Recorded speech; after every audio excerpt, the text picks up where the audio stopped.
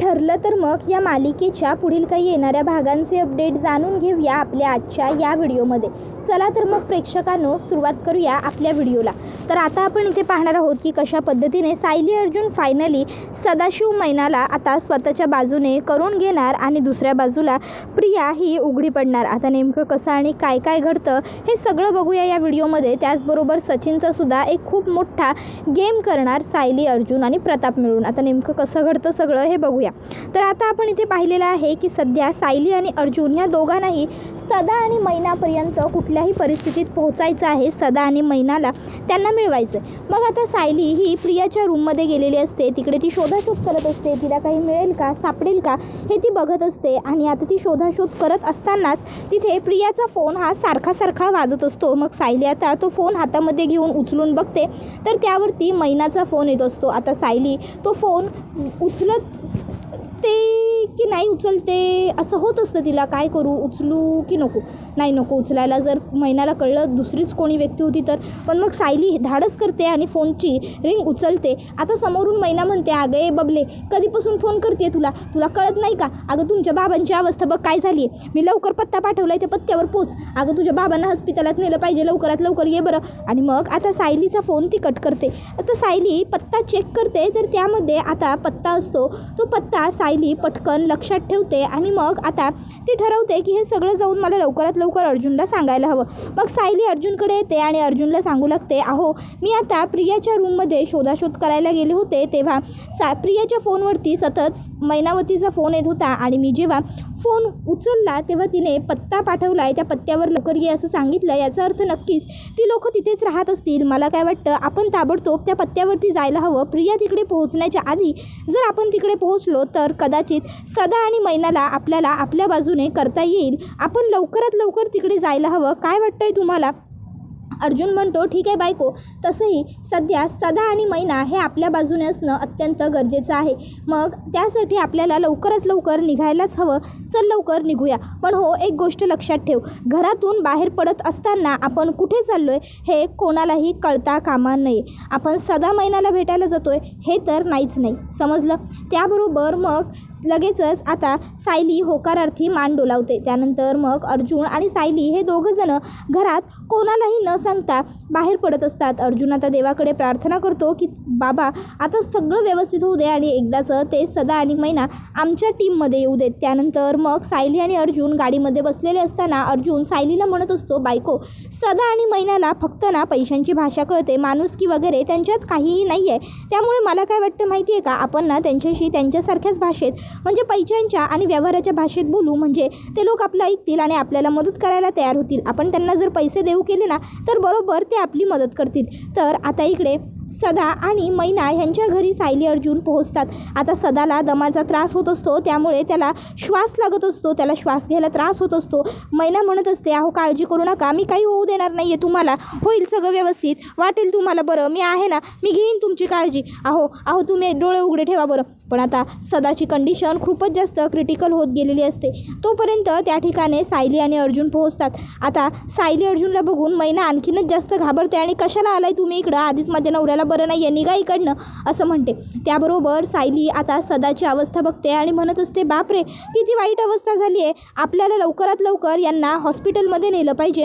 अहो मदत करा त्यांना उठवायला. त्याबरोबर मग अर्जुन आणि सायली हे दोघंजणं मिळून आता सदाला कसं बसं उचलतात आणि त्यानंतरनं मग आता ते त्याला गाडीमध्ये ठेवतात. आणि आता मैनाला सायली म्हणते, तुम्ही सुद्धा लवकर बसा, आपल्याला लवकर हॉस्पिटलला पोहोचलं पाहिजे. त्यानंतर मग सदा आणि मैना आता त्याला हॉस्पिटलला घेऊन जातात. आता ICUमध्ये सदाला ठेवलं जातं कारण सदाला श्वास घ्यायलाच खूप जास्त त्रास होत असतो. आता हॉस्पिटलचं जे काही बिल होतं ते सगळं बिल अर्जुनने भरलेलं असतं आणि अर्जुन हा आता सांगतो की आणखीन काही गरज लागली तरीसुद्धा तुम्ही खर्च करा डॉक्टर, काही काळजी करू नका, पेशंट वाचला पाहिजे, पेशंटला बरं वाटलं पाहिजे.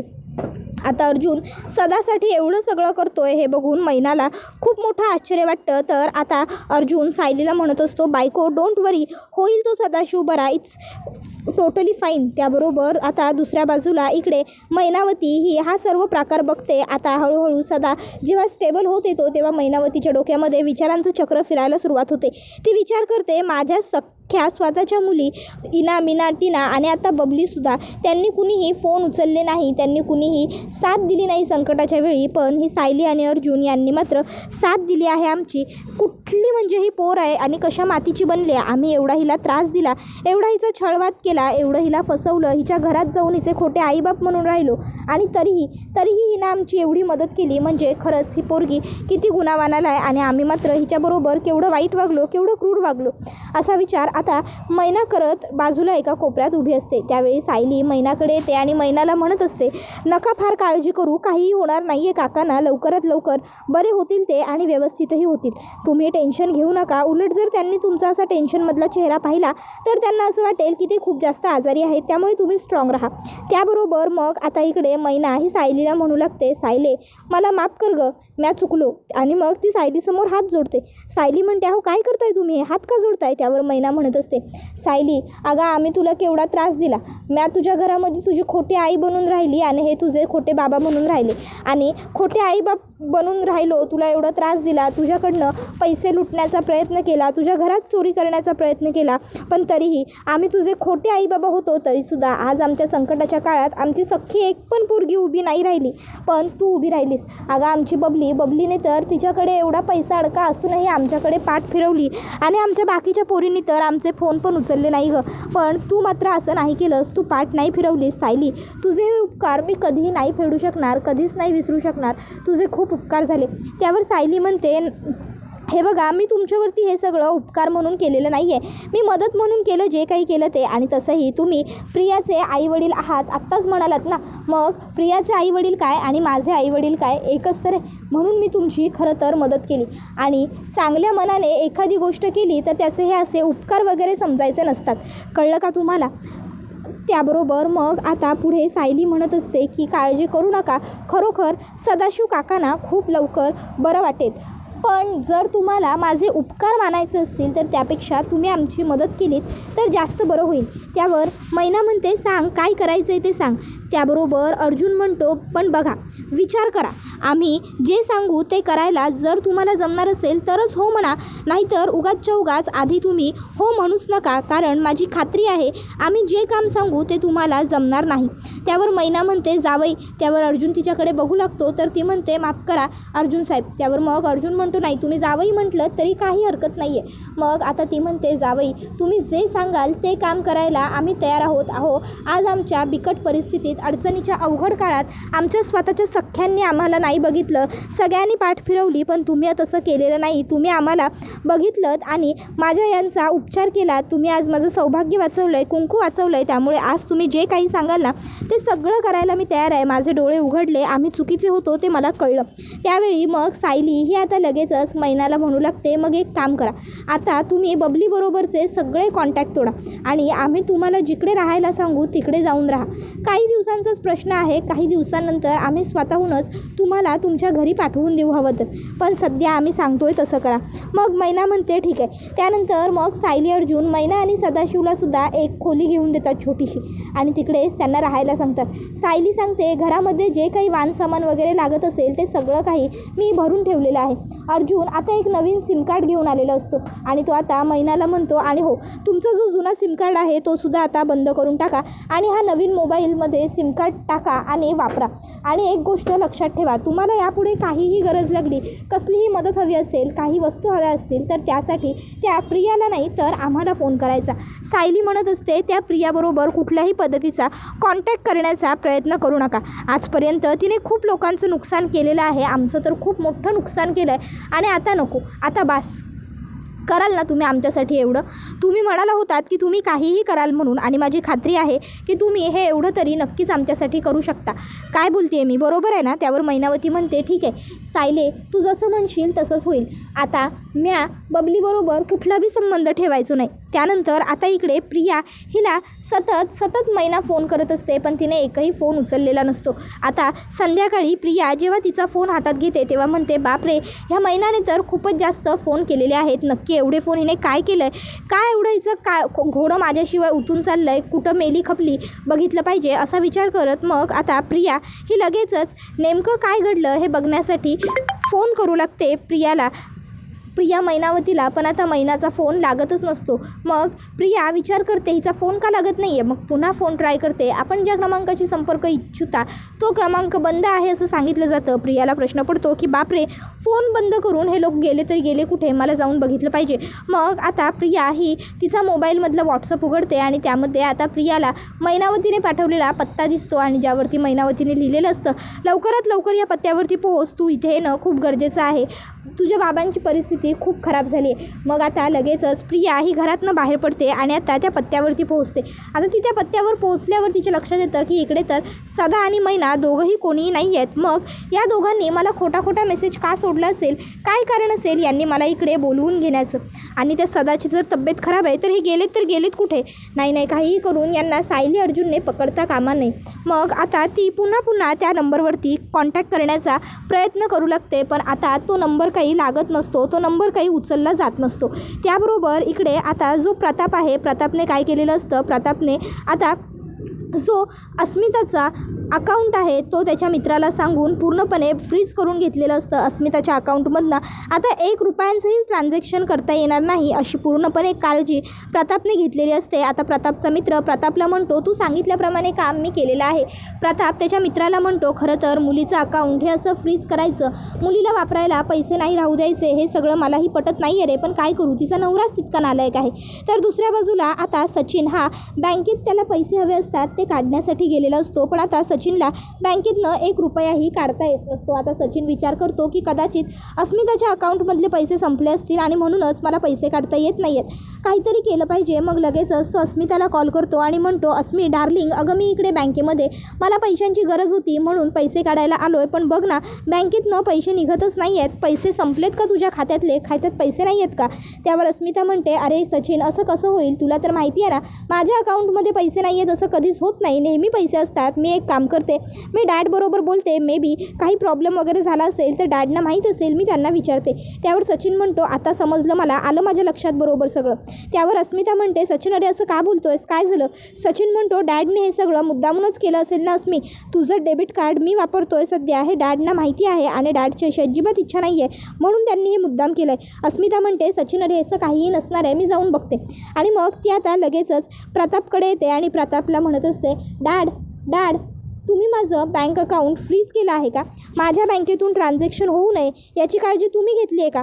तर दुसऱ्या बाजूला आता इकडे सचिन हा पैशांची वाट बघत असतो. सचिन म्हणत असतो की जर आता अस्मिताचे पैसे मला वापरता नाही आले तर मी काय करू, कुठून आणू पैसा. तसंही आता मी साक्षीबरोबर सुद्धा रिलेशनमध्ये राहिलेलो नाही आहे, मला काहीही करून पैसा मिळवावा लागणार आहे, अस्मीला माझ्या पट्ट्यात ओढावंच लागणार आहे. तर दुसऱ्या बाजूला अस्मिता म्हणत असते, डॅड तुमच्याशी बोलते आहे मी, काहीतरी विचारलं आहे तुम्हाला, तुम्ही माझे बँक अकाउंट फ्रीज केलेत का, मला बँकेतनं पैसे काढता येऊ नये किंबहुना सचिनला बँकेतून पैसे काढता येऊ नये यासाठी मुद्दामून जाणून बुजून तुम्ही माझं अकाउंट फ्रीज केलं आहे ना, मला पैसा वापरता येऊ नये यासाठी केलं आहेत ना तुम्ही हे सगळं. डॅड अहो पण का केलं आहे हे सगळं, का वागताय तुम्ही लोक माझ्याशी असं. डॅड मी तुमच्याशी बोलते आहे, मला उत्तर हवं आहे तुमच्याकडनं, तुम्ही केलं आहेत का हे सगळं, केलं आहे का तुम्ही माझं बँक अकाउंट फ्रीज. त्याबरोबर मग मात्र आता लगेचच प्रताप म्हणतो, हो केलं आहे मी तुझं बँकेचं खातं फ्रीज आणि मला यामध्ये मी काहीही चुकीचं केलं आहे असं वाटत नाही आहे. अस्मिता हे बघ, आम्ही तुला जे पैसे देतो ना ते तुझ्यासाठी देतो, तुझ्या खर्चाकरता देतो, त्यातले पैसे तुझ्या नवऱ्याने वापरावे आणि तुला कंगाल करावं असा आमचा हेतू अजिबातच नसतो. आणि सध्या तू तुझं बँक अकाउंट तुझ्या नवऱ्याला वापरायला दिलेलं आहेस आणि तो काय लायकीचा माणूस आहे हे जरी तू ओळखलं नसशील ना तरी आम्ही अगदी व्यवस्थित ओळखलं आहे आणि त्यामुळे त्याने तुझे पैसे वापरलेले आम्हाला अजिबातच चालत नाही. अस्मिता म्हणते, बापरे असं का बघताय तुम्ही सगळे सचिन बरोबर, सचिन सुधारण्याचा प्रयत्न करतोय तर त्याला सुधारण्याची संधी द्यायला नको का मी, आणि माझा संसार वाचवण्याकरता मी प्रयत्न करायला नको का.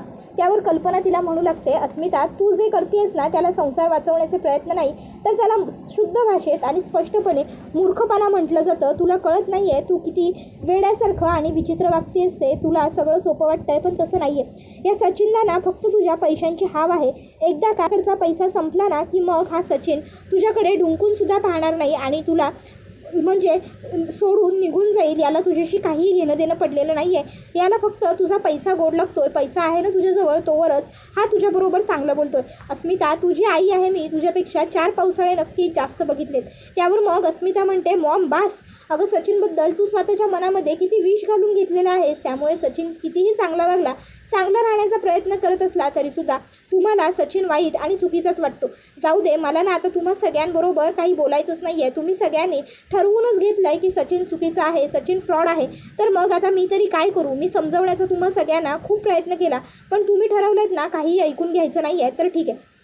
आणि डॅड, तुम्ही जे केलं आहे ना ते अत्यंत चुकीचं आहे. अहो, जे माझं आहे ते सचिनचं आहेच की. तुम्हीच म्हणता ना नवरा बायको एकच असतात, नवरा बायको एकच असतात. मग जर नवरा बायको एकच असतात, नवरा बायकोंचं सगळं एकच असतं, तर मग सचिन माझा पैसा का वापरू शकत नाही? पैशामध्ये का दुय्यम करायचं आपण? त्याबरोबर मग सायली म्हणू लागते, अहो अस्मिताताई, नवरा जर त्या लायकीचा असेल की आपण नवऱ्यावरती निसंकोचपणे विश्वास ठेवला पाहिजे, तरच बाईने नवऱ्यावरती विश्वास ठेवला पाहिजे. हा असा आंधळ्यापणी विश्वास नको ठेवायला.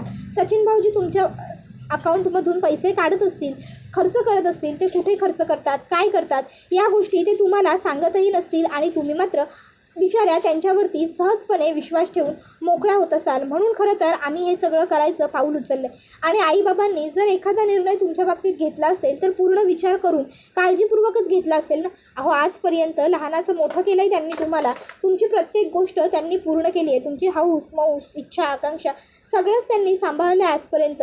मग जर आज त्यांना एवढा टोकाचा निर्णय घ्यावा लागत असेल, अगदी तुमचं अकाउंट फ्रीज करण्यापर्यंत, तर नक्कीच यामध्ये काहीतरी मोठी गोष्ट असेल असा विचार तुमच्या मनामध्ये एकदाही येत नाही का?